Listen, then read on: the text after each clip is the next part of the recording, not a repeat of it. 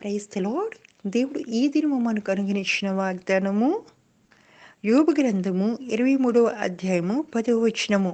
నేను నడుచు మార్గము ఆయనకు తెలియను, ఆయన నన్ను శోధించిన తరువాత నేను సువర్ణం వలె కనబడుదును. గొప్ప విశ్వాసము, నిరీక్షణతో కూడిన వాగ్దానము. యోబు గారు భయంకరమైన శోధనలో వెళుచున్నప్పుడు ఆయన గొప్ప నమ్మకముతో, విశ్వాసంతో, నిరీక్షణతో ఈ మాట పలుకుతున్నారు. అదే మన యొక్క ఉన్నతమైన వాగ్దానం. అట్టి స్థితిలో మనం ఉన్నప్పుడు ఇబ్బంది కొలుములో మనం పరీక్షించిన తర్వాత మనం ఎలా కనబడతామంటే సువర్ణము. సువర్ణము అంటే మెరిసే బంగారం కదండి.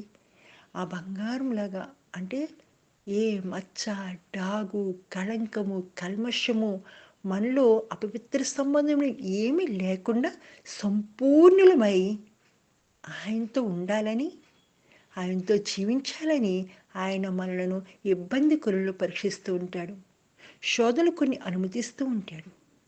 కాబట్టి ఆ శోధనలో మనం నిలిచి సువర్ణం వలె ఆయనకు కనబడినప్పుడు మనము ఆయనతో నడుచుచు, ఆయనతో జీవించుచు ఈ లోకము ముగించిన తర్వాత ఆ రాజ్యములో, నిత్య రాజ్యములో ఆయనతో ఏలువారమై ఉంటాం. కాబట్టి మనము నడిచే మార్గము ఆయనకు తెలియను గనుక, మన భారం భరించే దేవుడు గనుక శోధనలో మనకు జయమిచ్చడానికి మన పక్షాన తానే పోరాడి యుద్ధం చేసేవాడు కనుక అటు గొప్ప నిరీక్షణతో, గొప్ప విశ్వాసంతో, గొప్ప సంకల్పంతో ఆయన వైపు చూస్తూ సువర్ణం వలె ఆయన ఆయన ఆయనకు కనబడి ఆయనతో సంపూర్ణంగా జీవించలాగిన దేవుడు సహాయం చేయనుగాక.